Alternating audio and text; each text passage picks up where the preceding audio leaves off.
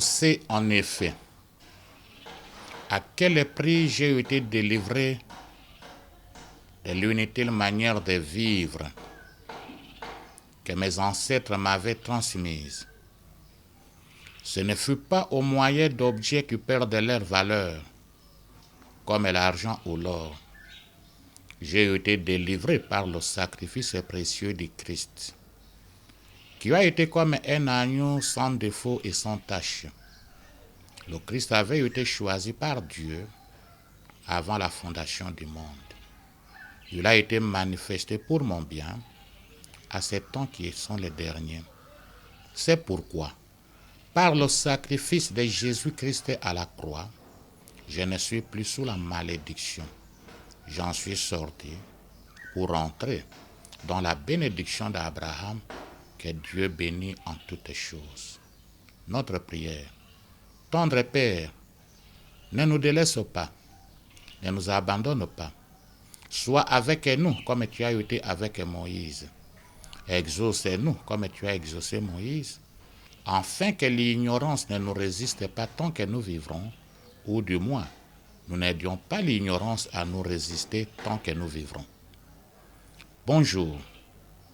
Grande a toujours été notre joie de vous imaginer et de vous savoir aussi de plus en plus nombreux devant vos petits écrans pour suivre votre émission sur la sorcière oubliée.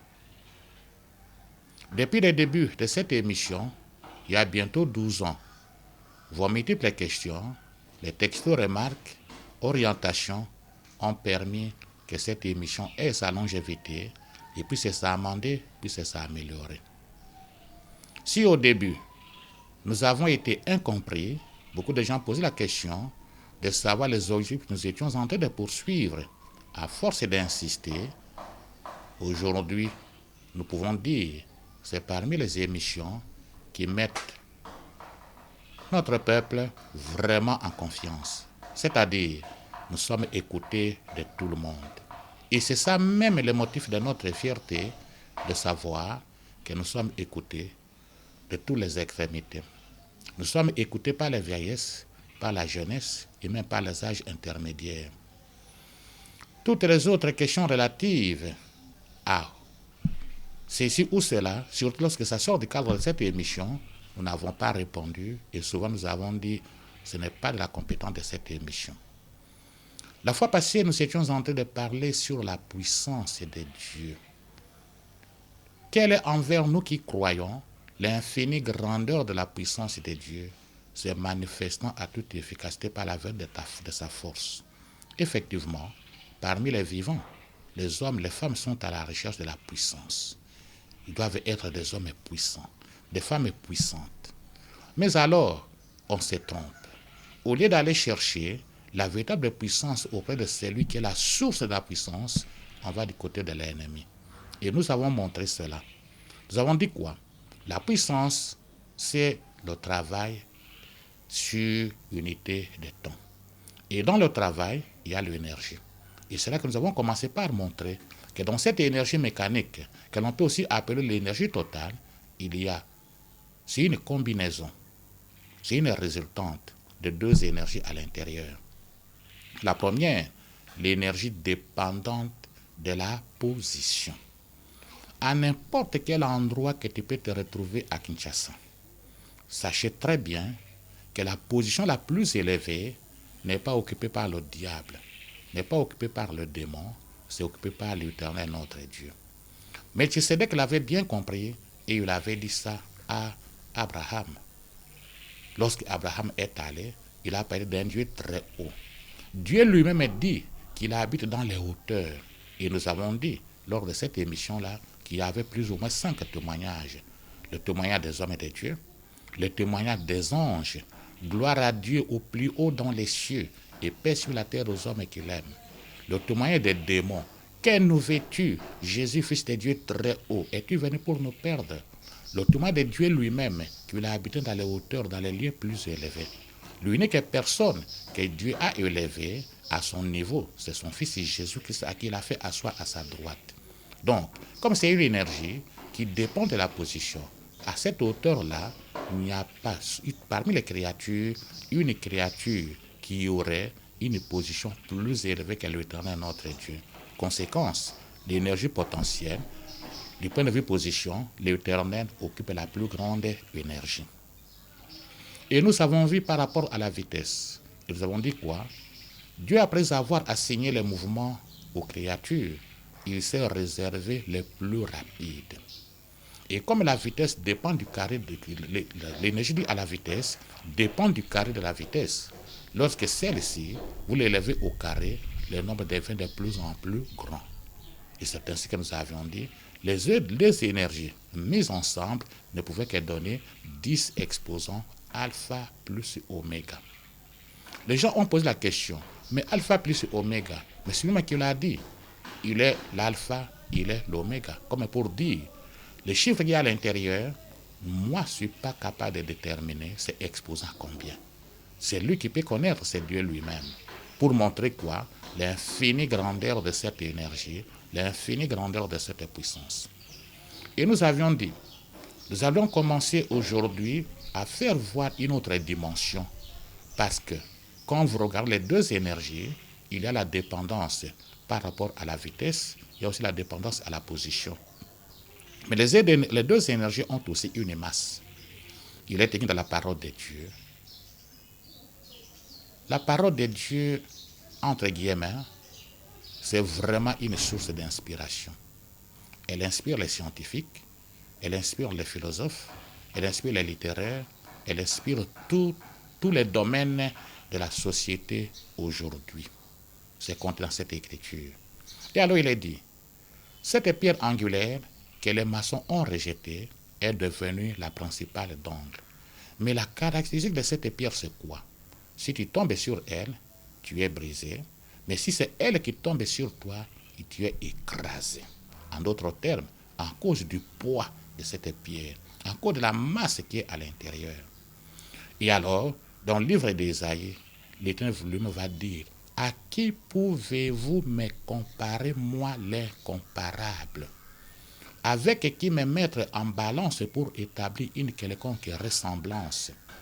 Comme pour dire, lorsque nous avons une balance, n'oublions pas qu'à cette époque-là, il n'y avait pas de balance électronique comme ce que nous avons aujourd'hui. On avait des balances avec deux plateaux. Un côté, vous mettez le poids connu, la masse connue. De l'autre côté, c'est dont vous avez besoin d'établir l'équivalence.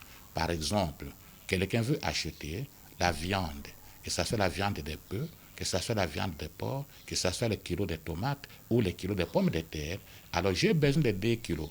On regarde la masse déjà de 2 kilos et on met sur un plateau.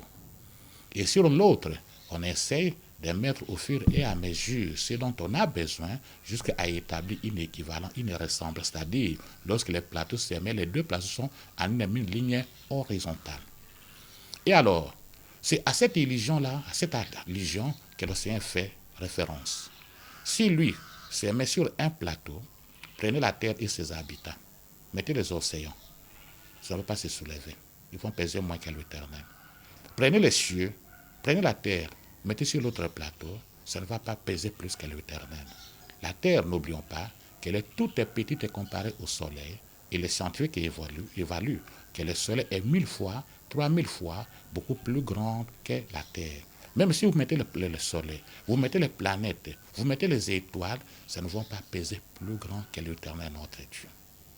Conséquence, lorsque une telle masse tombe sur toi, c'est avec cette raison que tu sois fortement écrasé. Donc, du point de vue énergie, que ce soit par rapport au potentiel dû à la position, la masse est très grande. Que ce soit par rapport à la vitesse, la masse est aussi très grande. De ce point de vue-là, si par rapport à la hauteur, on avait déjà une énergie de grandeur infinie, par rapport à la masse, ça devient de plus en plus. Il n'y a pas plusieurs infinis, il n'y a qu'une infinie. Donc ça devient de plus en plus infini si on peut l'autoriser, si les scientifiques peuvent accepter cela. De ce point de vue, nous pouvons dire quoi? Mon frère, ma soeur, c'est peut-être, nous avons été mal habitués de croire que notre Dieu, c'est un faiblard, de croire que notre Dieu, son silence c'est une faiblesse. Non, ce n'a jamais été une faiblesse. Et d'ailleurs, le diable connaît mieux la puissance de l'Éternel notre Dieu. La preuve, s'il était réellement puissant, avec tout ce qu'il a comme activité, avec tout ce qu'il a comme dynamique, il aurait renversé le trône de Dieu. Mais il ne renverse pas, il ne renversera jamais. À cause de quoi? De cette énergie due à la position, de cette énergie due à la vitesse, et nous allons le voir aussi même due à la masse. Beaucoup ont dit, mais d'où lui vient toute cette intelligence? Est-ce qu'il n'est pas de l'occultisme? Je ne sais pas combien de fois faut-il répondre à cette question. Mes frères, mes sœurs, évitons de croire qu'elle ne peut donner mieux que le diable. C'est une fausseté. Toutes ces choses que nous sommes en train d'écrire ici, on les apprend à l'école. Si vous avez ne fût-ce qu'un enfant qui est en 4e, maintenant on avec notre système éducatif, en première des humanités, je ne sais pas si je ne me trompe pas, mais du moins, avec l'ancien système, 4e scientifique, 5e scientifique, posez-lui la question, est-ce qu'on vous a déjà appris l'énergie? Il faut dire oui, il y a l'énergie cinétique, il y a l'énergie potentielle, il y a le travail, il y a et toutes ces unités. Donc au fond, il n'y a rien de magie ici, il n'y a rien d'occulte. Et la joie de la science, c'est d'être la même partout. Les droits, trop de difficultés à l'intérieur, pourquoi? Parce que c'est comme si chaque pays a ses spécificités. Conséquence, l'interprétation même des règles devient compliquée. Les cosinus de 90 degrés égale à combien? 0. Aller en Chine, 0. Aller aux États-Unis, 0. Revenir au Congo, 0. Les sinus de 90 degrés égale à combien? 1. Aller partout, ça va donner 1. Et c'est ça l'avantage même de la science. Et peut-être qu'un jour, on demanderait qu'avant de faire le droit, ayez quand même un peu quelques notions de science en tête pour avoir un cerveau ordonné. Pour nous éviter quoi? Trop de philosophie, trop de disputes inutiles. Dans d'autres cieux, ça s'est fait. Donc au fond, croire que la science, c'est de la magie, alors en ce moment-là, on s'est trompé. L'unique chose que nous voudrions bien accepter, c'est de dire comment reconnaître que cette science se trouve dans la Bible. Là, c'est la faveur de Dieu. Là, c'est un don de Dieu. Alors, je pense que nous avons répondu. Si nous disons haut et fort, nous n'avons jamais eu ni la faveur, ni la malchance de participer à une quelconque réunion de satanistes. Vous risquez de ne pas croire, mais nous vous disons la vérité. Et d'ailleurs, si tout ce que nous avons comme information à livrer, depuis bientôt 12 ans, nous étions autrefois du diable, où nous étions un pied dedans, un pied dehors, celui-là, lui ne pardonne jamais. Certainement que nous serions déjà parmi les victimes. Et aujourd'hui, nous sommes debout parce que celui pour lequel nous proclamons la parole est plus puissant que le diable. Aujourd'hui, nous voulons ajouter, en dehors de la masse, monter cette même puissance par rapport au feu. Cette même puissance comme un marteau. Et surtout, cette même puissance, non seulement comme le feu, comme le marteau, mais on va le voir, qu'est-ce que les Écritures déclarent. Et qui sont ceux-là qui ont fait allusion à la puissance de la parole de Dieu et comment ils ont été bénéficiaires de cette puissance. Et pour cette émission, nous allons d'abord commencer par annoncer et voir comment ça s'est réalisé. Comment la parole de Dieu dit et voir comment ça s'est réalisé. Si notre réalisateur est prêt, en ce moment-là, nous pouvons commencer à regarder aussi les équations. Mais nous ne voulons pas faire comme données, formule, solution, non. Nous expliquons par rapport à la parole de Dieu. Comme nous venions de le dire, là nous avons l'énergie due à la vitesse, le carré de la vitesse. L'énergie due à la position dépendant de la hauteur. Les autres émissions, nous avons montré combien cette énergie est très grande en cours de la vitesse. Nous venons de rappeler en cours de la position. Et nous venons d'ajouter aujourd'hui des éléments importants. Par exemple, le psaume 89, verset 6. Psaume 89, verset 6. Car qui dans les ciels peut se comparer à l'Éternel, qui est semblable à toi parmi les fils de l'homme? Qui dans le ciel peut se comparer à l'Éternel, même sur la terre? Et si vous lisez Ésaïe 46, verset 5, à qui pouvez-vous me comparer, moi l'incomparable, avec qui me les mettre en balance pour établir une quelconque ressemblance? Nous venons de les commenter. Ésaïe 46, verset 5. Ésaïe 40, verset 18. Et toutes les nations sont devant lui comme rien. Elles ne sont pour lui que néant et vanité. Pour dire quoi? Si nous avons cette masse par rapport à la position, à qui pouvons-nous comparer l'Éternel, lui l'incomparable, avec qui les mettre en balance pour établir une quelconque ressemblance? Par rapport à la masse, nous venons de dire, si vous mettez l'Éternel sur un plateau, toutes les créatures sur une autre, jamais vous aurez l'horizontalité. Du côté de l'Éternel, c'est beaucoup plus penché et que des créatures. Alors, la position la plus grande, la masse la plus grande, comment peut être l'énergie liée à la position?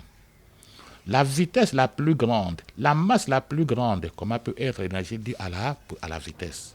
Les deux énergies montrent clairement qu'effectivement, l'Éternel, notre Dieu, par rapport à l'énergie totale, qui est la somme de ces deux énergies, il ne peut qu'avoir la plus grande énergie. Mais n'oublions pas que l'énergie, a la même unité que le travail. Parce que on peut partir du travail pour déduire l'énergie, tout comme on peut partir de l'énergie pour déduire le travail. Mon frère, ma soeur, nous disons quoi? Le travail, c'est la variation de l'énergie cinétique. En d'autres termes, position, non, la vitesse, la variation de l'énergie cinétique initiale et finale, moi, l'énergie cinétique initiale, vous avez effectivement ce travail. Mais à ce niveau-ci, ce n'est pas le plus important, ce n'est pas ce qui nous importe. Ce qui nous importe, c'est quoi? Nous sommes à ce niveau. Alors, la puissance, c'est quand puissance, tout le monde cherche la puissance. La puissance, c'est le travail que l'on peut accomplir en peu de temps. Le travail que l'on peut accomplir par rapport au temps. Et dans ce travail, il y a la force, il y a le déplacement, le temps est là. Nous ne sommes pas dans les unités. La force, Newton, unité dans le système MKS, déplacement, c'est en mètres, le temps, c'est en secondes. Cette puissance a trois possibilités de devenir infinie. La première possibilité, c'est le temps qui tend vers zéro. Et c'est ça l'Éternel, notre Dieu. C'est une force qui déplace tout en peu de temps.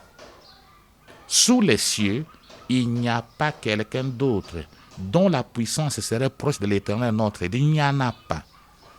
Il n'y en a pas. Il n'y en a pas, nous insistons. Pour dire quoi? Notre Dieu, la puissance étant à l'infini, c'est-à-dire c'est une force qui déplace tout en peu de temps, en fraction de secondes, que l'on peut même dire impulsion des forces. L'idée que l'on peut se faire de cette puissance, regardez un peu la foudre. À certains moments de la foudre, mais ça n'a même rien à comparer à la puissance de Dieu. À fraction de seconde, vous avez l'éclair et puis la détonation s'ensuit, dégâts matériels plus qu'importants. Regardez par exemple les tremblements de terre, une certaine magnitude, surtout lorsque ça dépasse 6, ça devient 7 au-delà, à tirer de G/R. En ce moment-là, à fraction de seconde, le dégât matériel est important, mais c'est toujours sur une zone déterminée. Mais notre Dieu, en fraction de seconde, à la millième de seconde, même nanoseconde, picoseconde, c'est-à-dire 10 exposé à moins 12 secondes, il a déplacé tout et ça s'est fait. Donc, temps vers zéro, puissance peut devenir infinie. Deuxièmement, cette puissance, lorsque la force tend vers l'infini, en d'autres termes, la puissance de Dieu, c'est une force de grandeur infinie qui déplace tout, quel que soit le temps. Ou la distance tend vers l'infini, notre interprétation, la puissance de Dieu, c'est une force qui envoie tout vers l'infini, quel que soit le temps. Mais cette puissance, il n'y a pas que par rapport à ce que nous venons de dire, l'énergie, mais surtout aussi par rapport à l'épée qui est la parole de Dieu. Quand nous regardons Éphésiens 6, verset 17, Éphésiens 6, verset 17 dit quoi? Prenez aussi le casque du salut et l'épée de l'esprit qui est la parole de Dieu. L'épée de l'esprit qui est la parole de Dieu. Hébreux 4, verset 12 à 13. Hébreux 4, verset 12 à 13. Car la parole de Dieu est vivante et efficace. Elle est plus tranchante que n'importe quelle épée à double tranchant. Elle pénètre jusqu'à faire la séparation nette entre l'âme et l'esprit, la jointure et la moelle. Elle juge les sentiments et les pensées du cœur de l'homme. Donc, la parole de Dieu, c'est une épée d'une grande puissance. Et cette épée-là, on dit quoi? Il peut faire la séparation nette entre l'âme et l'esprit, la jointure et la moelle. Regardons un peu l'effectivité de la puissance de l'épée. Matthieu 4, verset 1 à 10. Matthieu 4, verset 1 à 10. Jésus-Christ, après avoir jeûné 40 jours, 40 nuits, le diable va se présenter devant lui. Si tu es le Fils de Dieu, ordonne alors que ces pierres deviennent le pain. Sa réponse, l'homme ne vivra pas seulement du pain, mais de te parler que sur la bouche de l'Éternel son Dieu. Au verset 7, il va les transporter sur le temple et puis lui dire, jette-toi, et pas lui répondre, tu ne tenteras pas l'Éternel ton Dieu. La troisième réponse, c'est Dieu, tu vas rendre les cultes, le diable l'a laissé. En cause de quoi? Si la première fois il est écrit, le diable a dit Nameli Ango. La deuxième fois il est écrit, il a osé dire Nameli Ango. La troisième fois il est écrit, il s'est déplacé. Et l'ennemi Satan l'a laissé, il s'est déplacé. Donc, peut-être là on n'a pas encore saisi. Mais l'effectivité aussi de cette puissance de l'épée se fait voir dans Apocalypse 12, verset 11. Ils l'ont vaincu en cause du sang de l'agneau et en cause de la parole de leur témoignage. Ils l'ont vaincu, il c'est qui? L'ennemi Satan. Donc la puissance qui est dans la parole de Dieu a fait déplacer le diable. Cette force ici, qui est la puissance de la parole de Dieu, a fait déplacer le diable en peu de temps. Vers où? Et la parole répond, malheur à vous la terre et la mer. Le diable est descendu vers vous, allumé d'une grande colère. Et cette colère-là a été due en quoi? La parole de Dieu, la force, l'a fait déplacer. Et c'est une puissance. On peut aussi le voir. Apocalypse 19, verset 21. Apocalypse 19, verset 21. Et les autres furent tués par l'épée qui sortait de la bouche de celui qui était assis sur le cheval, et les oiseaux se rassasièrent de leur chair. La parole de Dieu est une puissance qui tue même les démons. Donc, la puissance ici, elle atteint une grandeur infinie que ça arrive même à tuer les démons. Quelle faveur pour toi, un homme de Dieu. Quelle faveur pour toi, une sœur de Dieu. Quelle faveur pour toi, une fille de Dieu, une sœur de Jésus-Christ, mon frère, ma sœur. Deuxièmement, le marteau.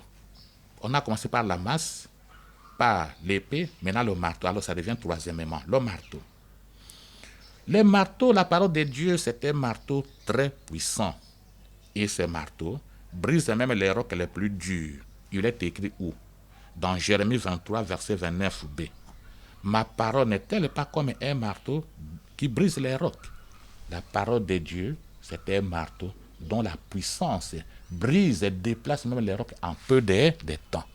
Alors, puisqu'on parle de la force à l'intérieur, la force d'un marteau réside où? D'abord dans son poids. Le poids, c'est une force. Il y a des marteaux de 500 grammes, il y a les marteaux de 1 kg, il y a les marteaux de 2 kg, d'autres 10 kg, d'autres 20 kg qu'on appelle Engunduka. Si vous allez à certains endroits pour casser certains moellons, on n'a pas besoin de marteau de 500, il va se briser. On a besoin peut-être de marteau de 10 kg.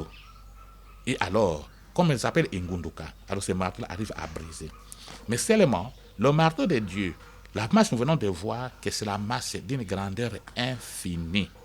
Et alors, effectivité de l'action de ce marteau, c'est Jérémie qui l'en avait expérimenté. Jérémie 51, versets 25 à 29. Tu es pour moi un marteau et un instrument de guerre. Il s'adresse à qui? À l'Éternel, qui est pour lui un marteau et un instrument de guerre. Comment la puissance de ce marteau s'est-elle manifestée? Il a dit quoi? Par toi, j'ai brisé les nations. Par toi, j'ai détruit les royaumes. Par toi, j'ai brisé le cheval et son cavalier. La puissance de ce marteau, même le cavalier est brisé, le cheval est brisé, puis c'est une puissance de grandeur infinie. La puissance de ce marteau, qui est la parole de Dieu, brise même le char. N'oublions pas qu'une armée, autant de chars, on parle de la puissance, de la force terrestre. Autant d'avions, on parle de la puissance aérienne pourvu qu'on puisse bien le manipuler. Et nous avons une grande armée, il ne faut pas vous minimiser. Donc, nos FARDC là, ce sont des vaillants hommes qu'il faut féliciter. On peut tout dire, mais nous sommes des vaillants. Là, vraiment, bravo à nos forces armées. Donc ici, mais à cause de la parole de Dieu, le marteau brise même le char, le marteau de Dieu. Il dit quoi? Il brise l'homme, il brise la femme. Les gens peuvent se coaliser. Ce marteau, quand il arrive, les vieillards, les démons les plus démonisés, il est brisé. Il brise même les bergers occultes, les troupeaux occultes, les laboureurs, les bœufs, même les gouvernements occultes et même leurs chefs. Il ne faut pas trop aller dans le passé, mais le passé est toujours important pour pouvoir nous aider à mieux surmonter certains événements qui sont aujourd'hui au présent. Mais le Congo a besoin de la parole de Dieu. Pour pouvoir quoi? Libérer les mentalités, libérer les manières, libérer les habitudes.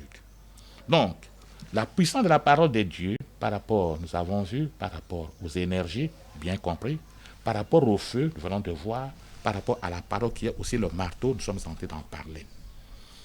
Maintenant, nous arrivons les feux.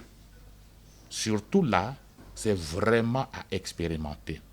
Beaucoup de gens disent aujourd'hui fire, et puis on a l'impression qu'ils sont en train de faire de la blague. Il n'y a pas de la blague à l'intérieur. La blague est pourquoi? Jérémie 5, verset 14. C'est pourquoi, ainsi parle l'Éternel, le Dieu des armées. Parce que vous avez dit cela, voici je veux que ma parole dans ta bouche soit du feu, et ce peuple du bois que le feu consume. La parole de Dieu, c'est du feu, et le peuple du bois que le feu consume. La parole de Dieu, c'est une puissance. Et quand il se met à brûler, non, c'est en peu de temps que vous avez des dégâts matériels importants.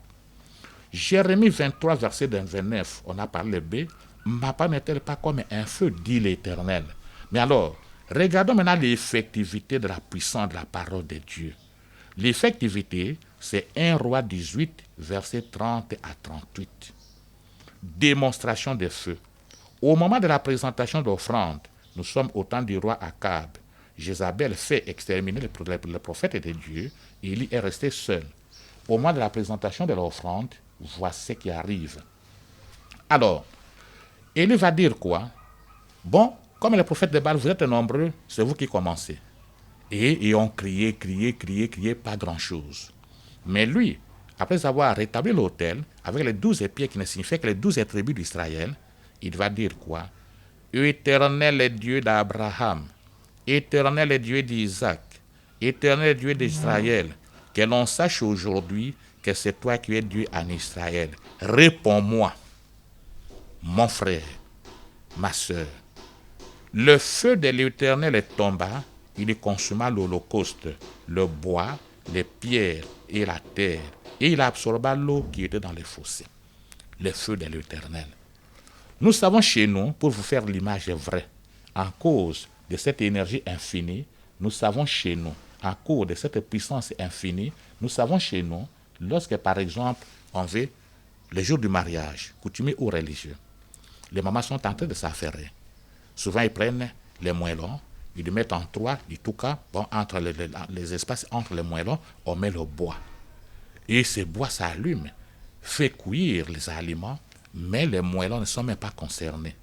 Mais alors, lorsque nous parlons ici du cas d'Élie, il a invoqué le nom de l'Éternel et le feu est descendu, même les pierres ont été consumées. À cause de quoi? De l'énergie qui est dans ces feux-là. Quelle est la grandeur? 10 exposants alpha plus oméga Jules. C'est une énergie de grandeur infinie. Une puissance de grandeur infinie. Toi, tu vas invoquer quel est Dieu. Toi, tu vas invoquer quel est démon. Il va te baisser la vie. Toi, tu vas invoquer quoi? Oh non, j'aimais les tatous parce que ça va me donner la puissance. Quelle puissance va-t-elle te donner en dehors d'ouvrir contre ta vie une porte à la mort, une porte à l'esclavagisme? Ce monsieur, comme vous pouvez voir, c'est l'image du Christ crucifié. Oh non, monsieur, est-ce qu'il n'y a pas moyen de spécifier? Moi, j'ai mis les tatous de Christ sur le corps. Le Christ n'a pas besoin que l'on mette une démonstration ou un signe extérieur. Et d'ailleurs, Ça peut choquer plus d'une personne. On reconnaît, les moines parlent les habits, mais les habits ne font pas les moines, d'après les expressions. En d'autres termes, ce n'est pas parce que quelqu'un a mis la marque chrétienne dans un habit qu'il est chrétien. Ce n'est pas parce qu'on a porté le chapeau marquant la chrétienté que l'on est réellement chrétien. Dans le domaine des tatouages, puisque Dieu lui-même interdit les tatouages, son Fils Jésus-Christ n'est pas venu contredire. Lui aussi est venu renforcer les clous. Lorsque tu mets ce tatou, bien que c'est Christ, vous êtes du côté de l'ennemi. Vous êtes du côté des... En dehors de la parole de Dieu, il en est ainsi pour celui-là. Oh non, mais qu'est-ce que vous nous proposez? Mais j'ai toujours donné la solution à deux niveaux. La première, prendre conscience que ce tatou ici t'ouvre la porte à l'esclavagisme démoniaque. La puissance dont tu cherches, tu seras seulement une femme totalement dominée par la puissance démoniaque, un homme totalement dominé par la puissance démoniaque. Alors, solution, non seulement prise de conscience, allez vite consulter un médecin, un dermatologue, pour pouvoir ôter le tatou de votre corps. Dans 2 Rois 1, versets 4, 7 à 14, nous sommes au temps des rois Akazia.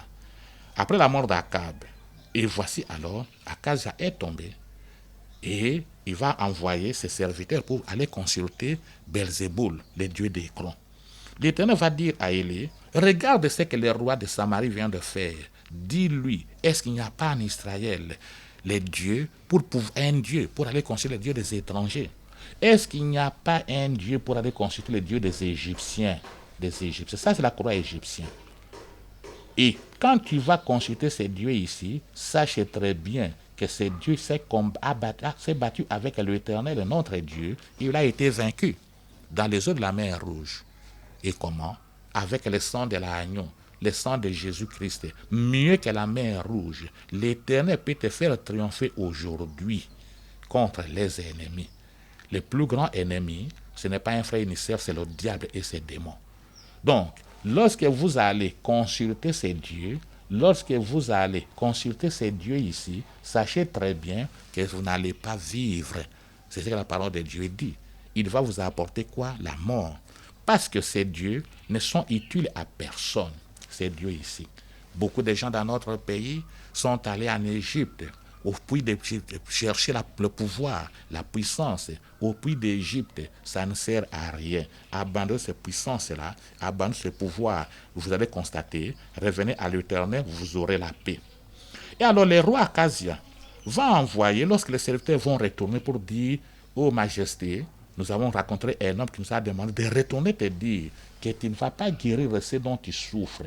Le roi voudra se renseigner, mais qui est cet homme-là qui a osé contredire, ainsi dit le roi?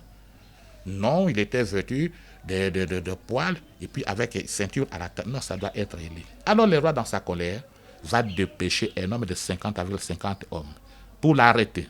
Fais-les descendre, amenez-les ici. Et alors, lisez 2 Rois 1, versets 7 à 14.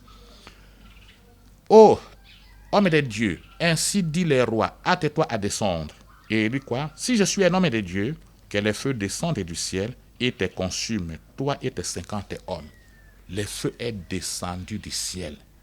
À l'instant, a consumé les chefs des 50 et les 50 hommes. La puissance de la parole de Dieu. La puissance du feu de l'Éternel. En fraction de secondes, les chefs des 50 et les 51 sont devenus quoi? Une poussière. Mais toi, tu vas chercher la puissance avec les crânes. Cette puissance ici, c'est une puissance occulte qui t'engendrera la mort et non une quelconque vie. Ça, c'est les Russes.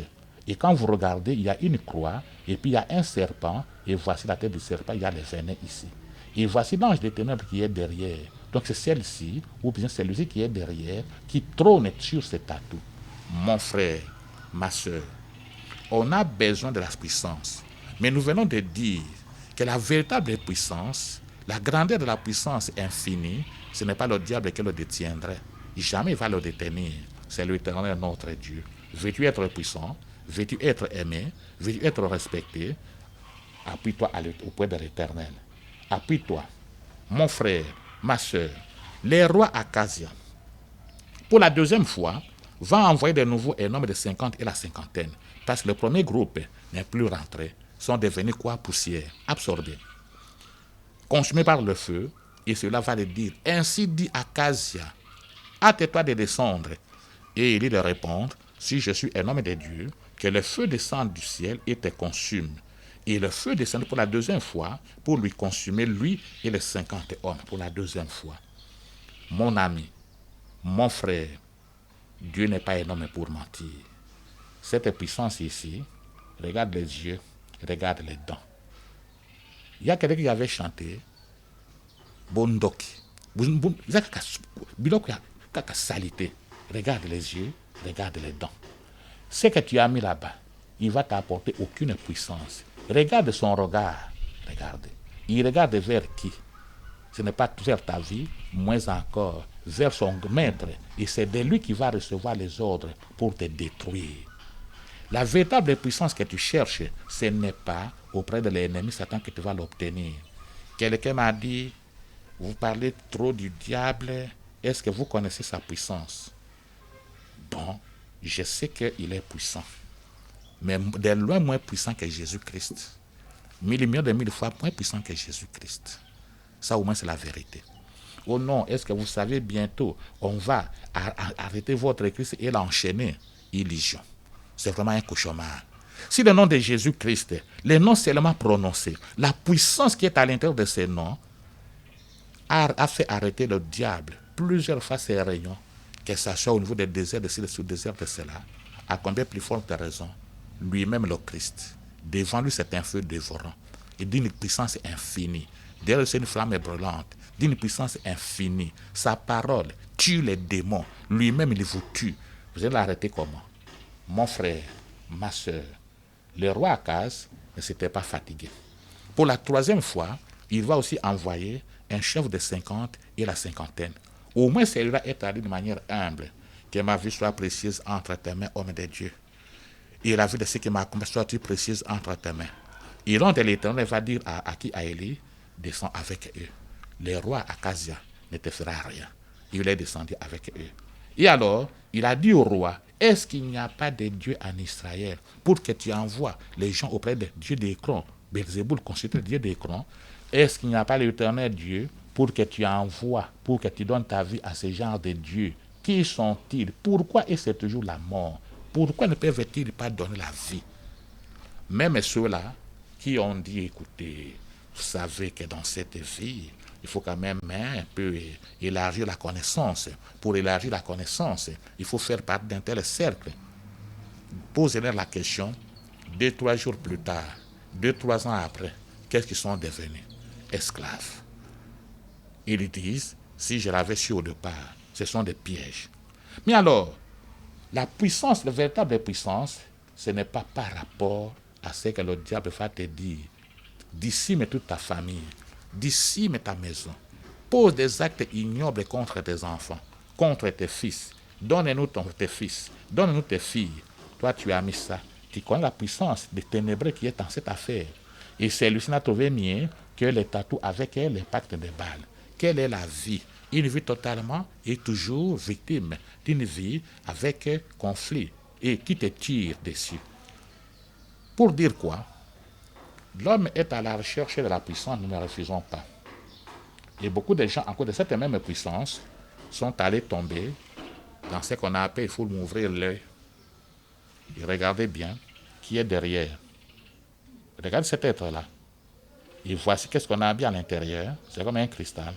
Tu sais bien voir les visibles, les invisibles, mais dans quel but? Si tu as besoin de la puissance, nous venons de dire aujourd'hui, notre Dieu, il est écrit, quelle est envers nous qui croyons l'infinie grandeur de la puissance de Dieu, se manifestant avec efficacité par la vertu de sa force. C'est écrit. Et nous avons montré, la puissance de Dieu était due en quoi? L'énergie. L'énergie mécanique, l'énergie totale. Il a une très grande énergie. La grandeur de cette énergie, la valeur infinie. Et pourquoi? Par rapport à la position, il occupe la position la plus élevée. Par rapport à la vitesse, il a la plus grande vitesse. Et aujourd'hui, nous avons même vu, par rapport à la masse, notre Seigneur, notre Dieu, est le plus grand, c'est lui qui a la plus grande masse. En d'autres termes, il n'y a pas une créature qui pèserait plus que l'Éternel. Donc vous regardez ici, position la plus élevée, la masse la plus grande, quelle peut être cette énergie? Une énergie infinie. Ça c'est une constante. Là c'est aussi une constante.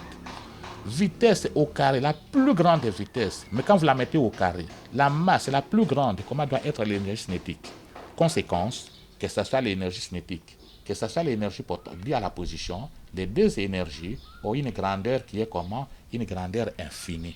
Et comme les deux énergies ont une grandeur infinie, la puissance qui doit sortir, c'est une puissance de grandeur infinie. Alors, si tu penses que pour toi, pour avoir la puissance, il faut voir ce qui s'est passé avant-hier ou ce qui s'est passé demain, c'est une grave erreur. Une erreur que tu vas regretter toute ta vie. Qu'est-ce que nous avons voulu dire aujourd'hui? Nous avons rappelé ce dont nous avions dit l'autre fois. La puissance de Dieu était due ou est due à l'énergie. Et dans l'énergie, il y en a deux, dépendant de la position, dépendant de la vitesse. Et nous avons abordé aujourd'hui la dépendance vis-à-vis de la masse. Et nous avons vu à qui pouvons-nous comparer l'Éternel, lui l'incomparable.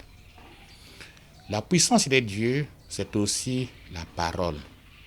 Il a dit quoi? Ayez le casque du salut et l'épée de l'esprit qui est la parole de Dieu.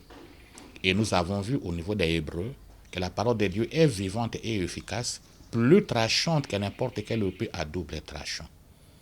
Et nous avons vu ceux qui ont utilisé cette parole. Jésus-Christ a utilisé cette parole devant le diable dans les tentations au désert, il a eu la victoire. Michael et les siens, dans les combats contre l'ennemi dans les cieux, ils ont utilisé cette parole, la puissance de grandeur infinie, le diable a été précipité. Apocalypse 19, verset 21, m'a même montré que la parole de Dieu, la puissance qui est à l'intérieur, arrive même à tuer les démons. Est-ce que tu es informé que la puissance de la parole de Dieu arrive à tuer les démons? Troisièmement, nous avons parlé du marteau. Un marteau qui brise tout. Et alors, Jérémie 23 nous a montré quoi? Ne savez-vous pas que ma part c'est aussi un marteau qui brise les rocs, mais les rocs les plus durs. L'effectivité de ça, Jérémie 51, avec la parole de Dieu, on peut briser le char, on peut briser le cavalier, on peut briser n'importe quel roc. Et puis finalement, le feu. Et là, nous avons vu que la parole de Dieu, c'est un feu et un feu dévorant. Et l'effectivité, comment ce feu a été utilisé, comment cette puissance a été utilisée par Élie. D'abord, au temps d'Akab. Et alors, là, c'était quoi? On venait de tuer le prophète de l'Éternel. Il est resté seul. Et seulement, lorsqu'il a demandé que les Baals mettent leurs prophètes ensemble, qu'ils puissent maintenant prier, il a prié et le feu est descendu du ciel, les a absorbés. Même les choses de 50 les a absorbés. La puissance, ce n'est pas auprès du diable, c'est auprès de l'Éternel, notre Dieu. Je sais en effet à quel prix j'ai été délivré de l'unité de manière de vivre que mes ancêtres m'avaient transmise. Ce ne fut pas au moyen d'objets qui perdent leur valeur, comme l'argent ou l'or. J'ai été délivré par le sacrifice précieux du Christ, qui a été comme un agneau sans défaut et sans tache. Le Christ avait été choisi par Dieu avant la fondation du monde. Il a été manifesté pour mon bien à ces temps qui sont le dernier. Notre prière, tendre Père, ne nous délaisse pas, ne nous abandonne pas. Sois avec nous comme tu as été avec Moïse. Exauce-nous comme tu as exaucé Moïse, afin que l'ignorance ne nous résiste pas tant que nous vivrons, ou du moins, nous n'aidions pas l'ignorance à nous résister tant que nous vivons. Si pendant ces temps, Jésus-Christ n'est pas encore revenu, la fois prochaine, nous allons commencer à parler les odeurs qu'apportent les tatouages. Bonjour.